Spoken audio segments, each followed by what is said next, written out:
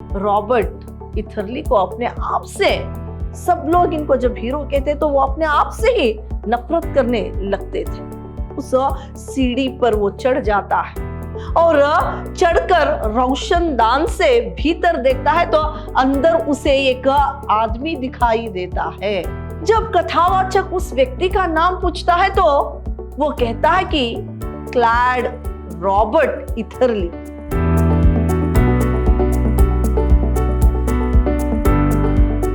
प्रणाम, मैं Rihanna nice, अति उत्तम विद्याश्रम की हिंदी प्रवक्ता। मेरे 4th सेमेस्टर के बीसीए के जितने भी विद्यार्थी, आप सबका मेरी कक्षा में स्वागत है। मेरे प्रिय विद्यार्थियों, इस सेमेस्टर जो आपके लिए कहानी साहित्य है यूनिट 2 के अंतर्गत, इसमें जो आपके लिए एक कहानी है क्लैड इथरली, आज मैं उसी के बारे में जानकारी दूंगी।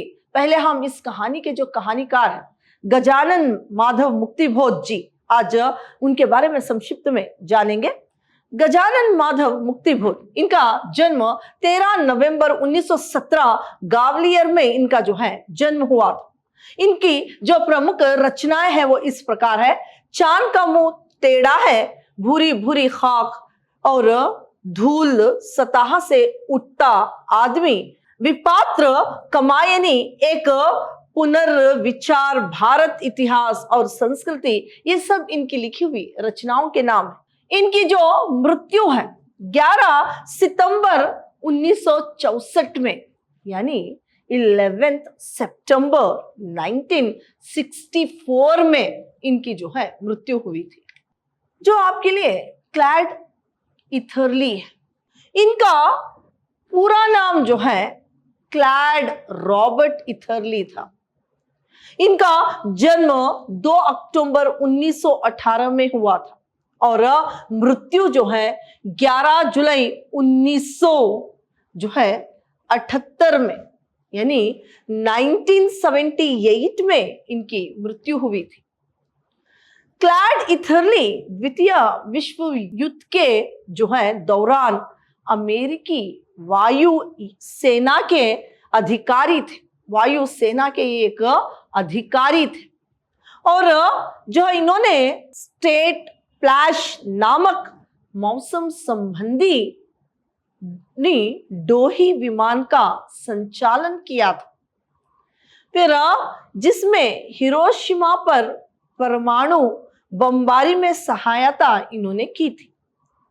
युद्ध के बाद जो भीषण नरसंहार हुआ, इसको देखकर ये अपने आप को अपराधी मानकर जो है हत्यारा मानने लगते हैं। अपने आप को अपराधी और एक हत्यारा अपने आप को मानने लगते हैं।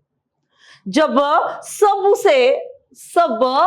जो है इनको हीरो जब कहते, सब लोग उसे अपने आप से नफरत होती थी। जो है रॉबर्ट इथरली को अपने आप से, सब लोग इनको जब हीरो कहते तो वो अपने आप से ही नफरत करने लगते थे।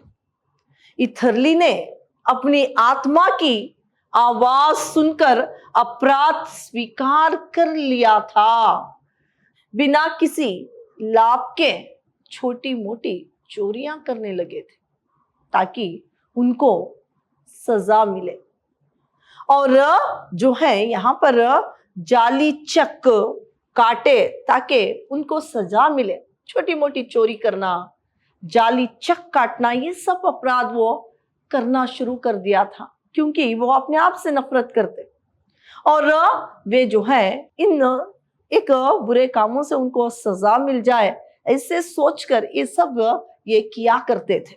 तो यहाँ पर अपने पाप का एक प्रायश्चित करने की एक कोशिश उनकी थी।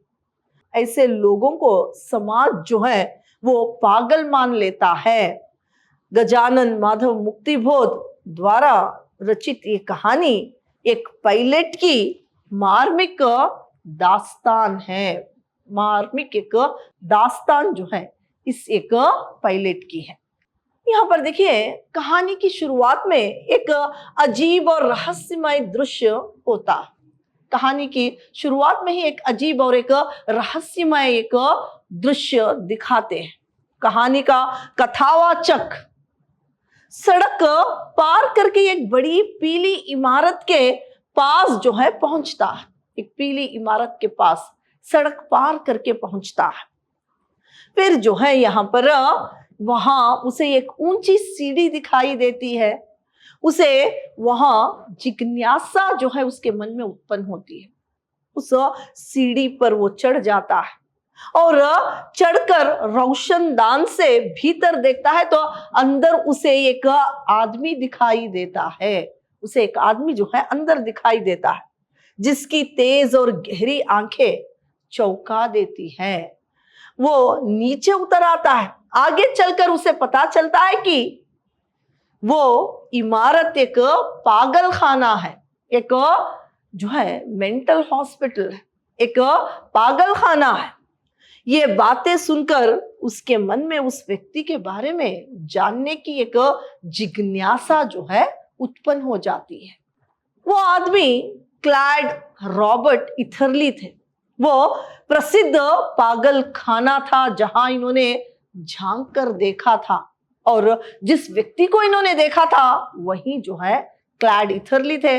वो एक प्रसिद्ध पागल खाना था। कथावाचक की मुलाकात एक जो है अजीब आदमी से होती है और खुदरूला उसका एक चेहरा था। उसके चलने बोलने में जो है स्त्रीण, इसका मतलब है लचक, और थोड़ा स्त्री जैसे वो दिखाई देता था। स्त्री जैसे दिखने वाला एक व्यक्ति से उनकी भेंट होती है। दोनों में बातचीत शुरू होती है। लेखक बताते हैं कि वो लेखक है। लेखक खुद का परिचय दे रहे हैं और कहते हैं कि मैं लेखक हूं करके वो बताते हैं, और ईमानदार जीवन जीता हूं करके वो बताते हैं। वे ये भी स्वीकार करते हैं कि बाहर से ईमानदारी जीवन जीने पर भी उसे लगता है कहीं ना कहीं बेईमान है। ये उसके आत्मा संघर्ष को यहाँ पर दिखाती। वो अजनबी आदमी भी बहुत विचित्र से बातें कर रहा था। पता चलता है कि वो सीआईडी का जो है एक आदमी है। वो नजर रखने का जो है काम करता है। ये बातों में पता चलता है। वो अपने जीवन के बारे में भी जो है कहानीकार को बताता है। एक बड़े सेठ की जो है यहाँ उसकी माँ जो है एक बड़े सेठ के यहाँ नौकरी करता है। यहाँ पर वो जो है कहानीकार से बताता है कि वो एक बड़े सेठ के यहाँ एक नौकरानी का वो बेटा है, जो उसकी माँ एक बड़े सेठ के यहाँ काम करती है। उसी सेठ के पैसों से, उसकी सिफारिशों से वो इस काम में आया है। तो क्या है, उस सेठ ने जब सिफारिश की तब ये सीआईडी का काम करके यहाँ पर आया है करके भी बताता है। इससे उसके व्यक्तित्व की हीनता और टूटन का भी यहाँ पर पता चलता है। बातचीत के दौरान वो आदमी पागल खाने की ओर इशारा करके कहता है कि कई ऐसे लोग वहां पर बंद हैं जो सचमुच पागल नहीं है, बल्कि समाज की नजरों में वो पागल है। समाज की नजरों में उनको पागल बना दिया है करके वो व्यक्ति जो है बताता है। वो कहता है कि वो आदमी अपनी आत्मा की आवाज सुनता है। वो साधारण नहीं रह जाता अगर वो उस आवाज को कभी कभी सुनकर लिख देता है तो लेखक बन जाता है करके बताते हैं। जो आदमी अपनी आत्मा की आवाज सुनता है वो पागल नहीं।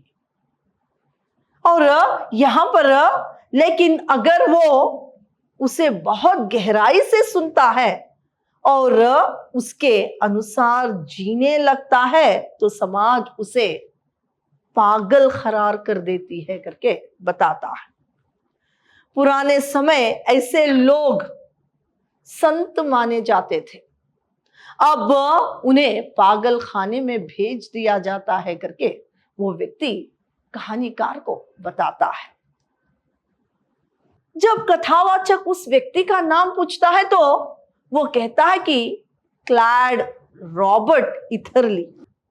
फिर वो बताता है कि क्लैड इथरली वही अमेरिकी विमान चालक था, पायलट था, जिसने हिरोशिमा पर परमाणु बम गिराया था।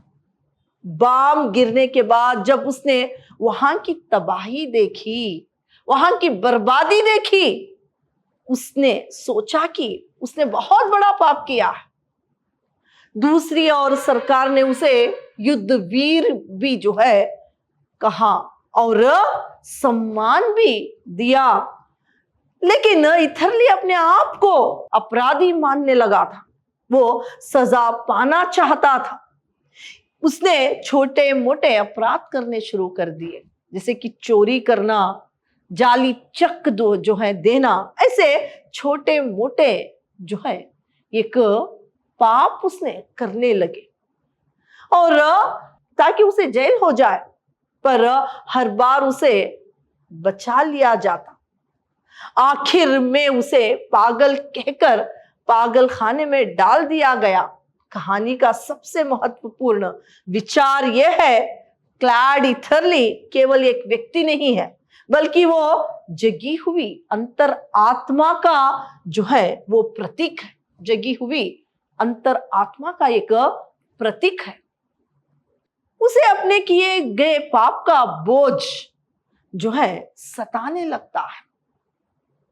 अपने पाप का बोझ उसे सताने लगता है। इसने इतना बड़ा पाप किया था। हिरोशिमा नागासाकी, आज भी वहां पर उसका दुर्परिणाम आज भी वहां के लोग भुगत रहे हैं। ये बड़ा पापी अपने आप को जो है समझने लगा। उसकी आत्मा जग गई और उसकी आत्मा उसे सताने लगती है। वो बोझ उसे भारी लगता है। इस तरह मुक्ति बोध दिखाना चाहते हैं कि समाज उन लोगों को स्वीकार नहीं करता जिसके भीतर सच्ची संवेदना और अपराध बोध जो है होता है। अजनबी आदमी आगे कहता है कि हमारे अंदर भी एक पागल खाना है। हमारे अंदर भी एक पागल खाना होता है। हम अपने मन के अच्छे पवित्र विद्रोही और सच्चे विचारों को वही बंद कर देते हैं ताकि हम आराम से समझौता करके जीवन जी सके। ये बहुत गहरी बात है, एक बहुत ही बड़ी एक गहरी बात है। इसका मतलब है कि मनुष्य अपनी अंतर आत्मा की आवाज दबा देता है, अपने मन की सच्ची आवाज, आत्मा की सच्ची आवाज दबा देता है, क्योंकि सच का साथ देना बहुत ही कठिन, बहुत ही मुश्किल है, बहुत ही दुर्गम और कठिन होता है। ये कहानी में एक और महत्वपूर्ण बात कही गई है कि भारत भी एक अर्थ में अमेरिका जो है बन गया और हमारे समाज का उच्च वर्ग वहां की सभ्यता संस्कृति को अपना चुकी है। अपनी सभ्यता और संस्कृति को, उस शैली को अपना चुकी है। इस एक सत्य को इस कहानी में बताया गया है और वहां के विचारों से बहुत प्रभावित हो चुकी है। इसीलिए यह भी वही नैतिक संकट पैदा हो सकते हैं जो पश्चिम में हुए हैं करके लिखते हैं। यह बात कहानी में व्यंग के रूप में कही गई है। एक व्यंग से ही गहरा प्रहार जो है किया गया है। धीरे धीरे कथावाचक को लगता है कि क्लैड इथरली की बेचैनी केवल उस विदेशी व्यक्ति की नहीं, बल्कि हर संवेदनशील और ईमानदार मनुष्य की बेचैनी है। हर एक सत्यवादी मनुष्य की, ईमानदार व्यक्ति की एक बेचैनी है। न केवल रॉबर्ट इथरली की है, बल्कि सभी की वो एक बेचैनी है करके बताते हैं। समाज में जो अन्याय, शोषण और पाप फैल रहा है, उसे देखकर कुछ लोग भीतर से दुखी होते हैं और अपने आप को उसका जिम्मेदार मानते हैं। ऐसे सभी लोग किसी ना किसी रूप में क्लैड इथरली ही है करके यहां पर बताते हैं। जब अजनबी ये बात कथावाचक से कहता है तो वह भीतर से हिल जाता है, क्योंकि उसे लगता है कि ये बात उसके अपने जीवन पर भी लागू हो गई है। फिर कहानी के अंत में पता चलता है कि वो अजनबी आदमी वास्तव में कथावाचक की जो है जांच कर रहा था। कथावाचक की वो आदमी जो है जांच कर रहा था। वैसी वो सीआईडी का आदमी है, वो एक सीआईडी का आदमी है। कथावाचक को अपने विभाग से जो है जोड़ना चाहता है, अपने विभाग में उसे इन्हीं कथावाचक को, कहानीकार को भी जोड़ना चाहता है करके ये बात अंत में पता चलती है। ये खुलासा कहानी को एक नया अर्थ देता है। उस प्रकार क्लैड ईथरली एक बहुत गहरी और विचारपूर्ण कहानी है। इसमें लेखक ने पागल खाने, क्लैड ईथरली और अजनबी व्यक्ति के माध्यम से ये दिखाया है कि आज का समाज जो है वो नैतिकता, करुणा, दया और अंतर आत्मा की सच्ची आवाज से डरता है। सच्ची आवाज से आज का समाज, आज के समाज के व्यक्ति जो है डरते हैं। जो व्यक्ति व्यवस्था के अन्याय को महसूस करता है और इसके विरोध बेचैन होता है, उसे समाज जो है पागल मान लेती है। समाज जो है वो उसे पागल मान लेती है। इस कहानी का संदेश ये है कि सच्चा पागल वो नहीं है जो अन्याय के खिलाफ बेचैन हो जाए, वो सच्चा पागल नहीं है, बल्कि वो समाज जो हिंसा, शोषण और पाप को सामान्य मानकर चुप रहता है। हिंसा को, पाप को, भ्रष्टाचार को, होने वाले अन्याय को देखकर जो खामोश हो जाता है, असल में जो है वो पागल है, वो समाज पागल है। फिर इस प्रकार ये कहानी आधुनिक सभ्यता की अमानवीय अंतर आत्मा की पीड़ा, नैतिक संघर्ष, जो नैतिक संघर्ष और व्यवस्था की क्रूरता को जो है उजागर करती है। व्यवस्था की क्रूरता को जो है उजागर जो है करती है। तो आपकी जो कहानी थी इतनी ही थी। धन्यवाद।